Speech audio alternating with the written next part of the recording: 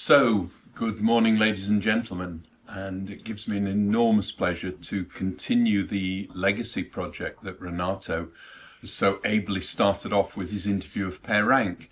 And this morning I'm going to have the very great pleasure and honour of speaking to Dr. Neville Bass, who was one of the outstanding orthodontists in the United Kingdom. And he, in fact, was my sponsor and introduced me to the Angle Society of Europe over 30 years ago. So good morning, Neville. Absolute pleasure. Jonathan. Good morning. Absolute pleasure to see you again. And the first thing I'd like to know is, what was it that actually attracted you to orthodontics in the first place? That's a very good question. I've asked myself many times. As a matter of fact, when I did orthodontics, the course in orthodontics as part of my general dental education, I didn't like it at all. It was taught in a very kind of childish way, and it involved not a great deal of intellect. Like so many things in life, chances occur, just coincidences occur. And the coincidence that occurred in my life was that myself and a colleague were sent on a 2-month exchange to another university, Newcastle, where they had 2 guys that were in charge of their orthodontic program. Is that Murray Benzies? No, I can't remember the names, but they were outstanding. Okay. And they inspired me, and they were involved. I remember they were doing photostereogrammetry of study models to show the change that had taken place during the treatment. 3D photogrammetry. Well, I hadn't seen anything like that. Yes. All I'd seen before Not in Manchester, was some removable plates that they put into these kids. With some finger springs. Yeah, exactly. Yeah. So this was, and also I think they had, they had a few little fixed appliances that they were using. Not edgewise, of course, in those days, but they were fixed appliances. And I thought, God, this is really exciting. So, Neville, can we talk about who were the titans of orthodontics that influenced your approach to clinical practice? Well, in those days, we had some stars in the Angle Society, and we had people like Lennart Wieslander, who was absolutely a master clinician. And a true gentleman. A true gentleman, of course he was. And he presented everything so well. We had, of course, Bjorn Zachrisson, who was exemplary in every respect. And we had Frans van der Linden. We had several other professors. And we had a bunch of guys who sparked each other off in an amazing kind of way. And then we had people like Marco Rosa, who showed new ways of treating cases and became eventually very famous as a result. International lecturer, speaks all over the world now. Absolutely. And of course Juan Canute. And one of the influences that sadly passed away really quite young, but Jean-Pierre Pfeiffer from Switzerland was a very strong influence on me, because we were both looking at dentofacial orthopedics, excuse me, dentofacial orthopedics, advancement of the mandible, trying to get the facial profile as good as it could be before rearranging the teeth and so on. So we had that common interest, but these were some of the titans. And then we had titans in a different way, like Ernst Hersel, who was just amazing people. Juan Canute, amazing people. These were just, for me, such exemplary, such strong characters that influenced not just my professional life, but my personal life. Your social life. All of us make lifelong friends within the society. Absolutely. And Rolf Dierenberger, I learned how to drink with these guys. It was very hard work, and of course Paul Stockley, who taught me how to ski well, or as well as I could. Marco Rosa also was very helpful for my skiing.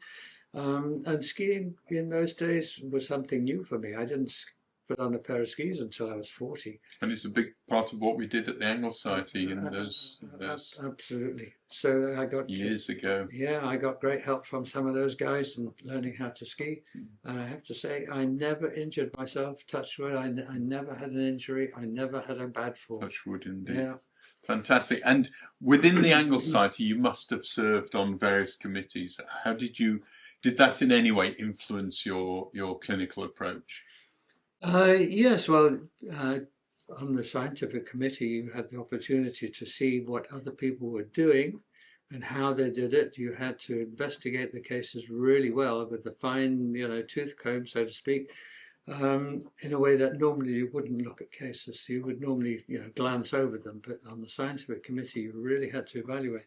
And that was a very, very good teaching experience. And one of the conclusions that I reached as a result of that was the diagnostic process, although it was quite intricate and quite detailed for a lot of people, didn't seem to bear much relationship to the way the treatment was actually carried out. It was as if people had decided what was going to be done for the patient as they came through the door, and then did that regardless, and got beautiful results. The end results were always magnificent, at least the ones that were shown to the Angle Society.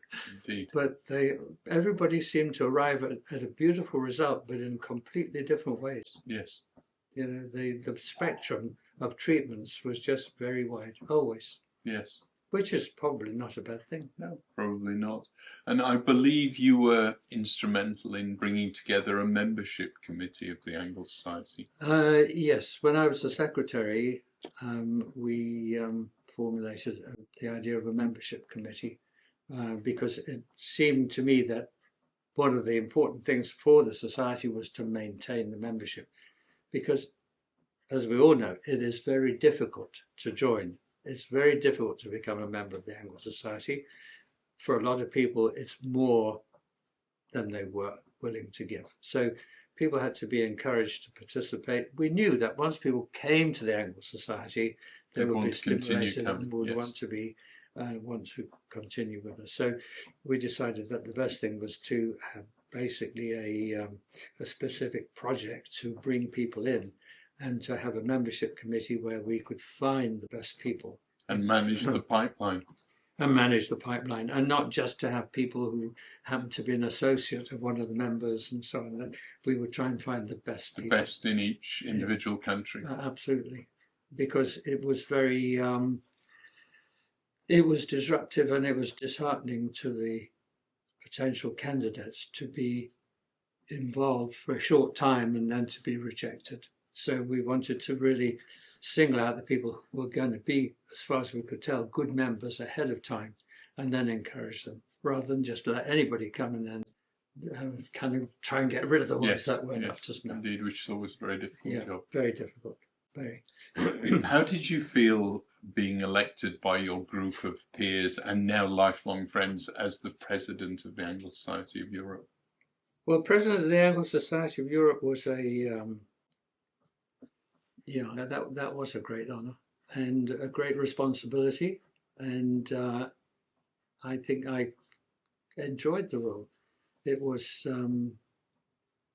it was very involved. There was a lot happening. We were 80 members by the time I was president, and we were now a force to be reckoned with on the international stage.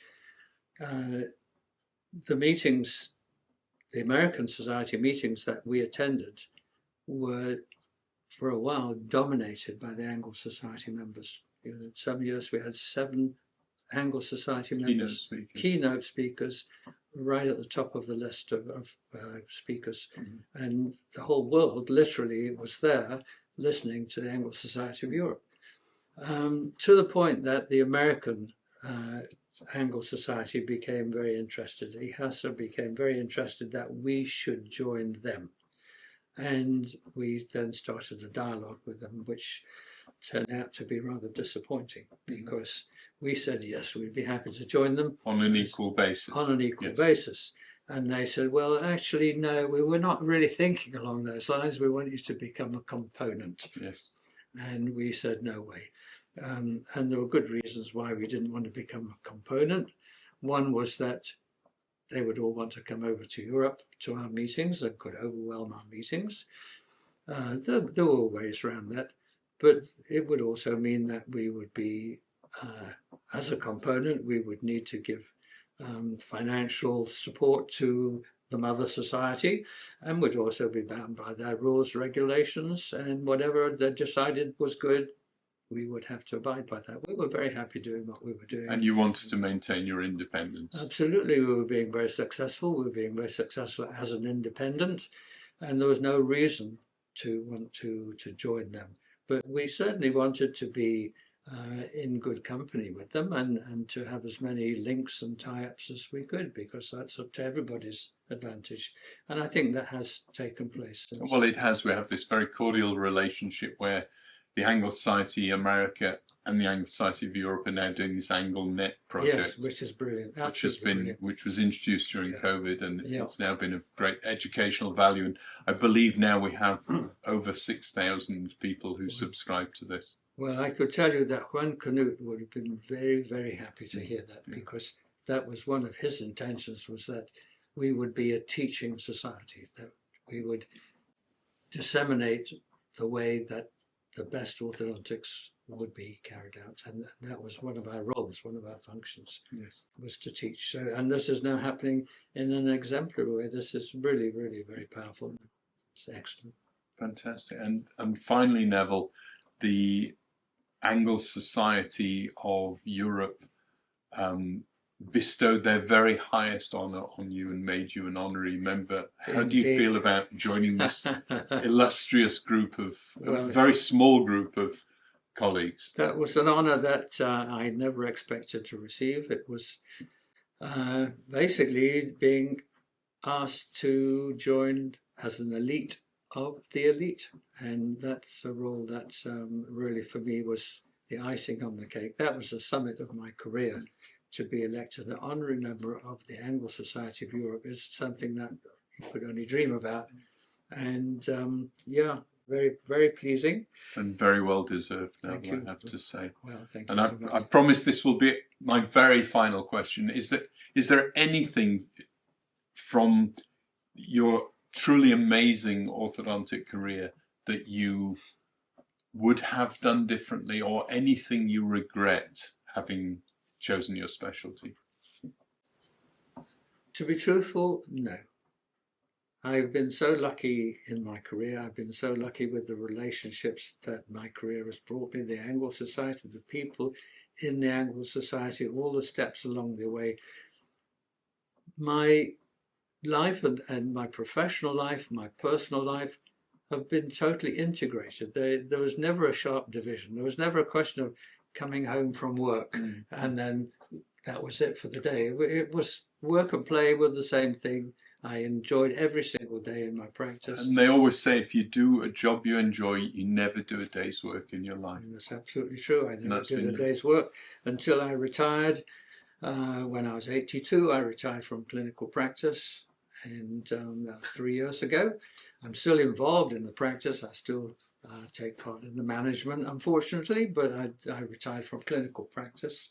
But until then, That's 82 notes, so you have 11 years on pair rank, who retired at 71, so he was only a part-timer, I'm afraid. I'm afraid so, yeah. I'm afraid so. But, you know, orthodontics is not difficult to do as you get older. It's a pleasure. And it Every keeps day the is a brain pleasure. ticking over. Absolutely. And also a lot of the pleasure of seeing your old patients coming back with their children. And their children's children. Yes. Neville, it's been an absolute pleasure. Thank you so much. Thank you so much.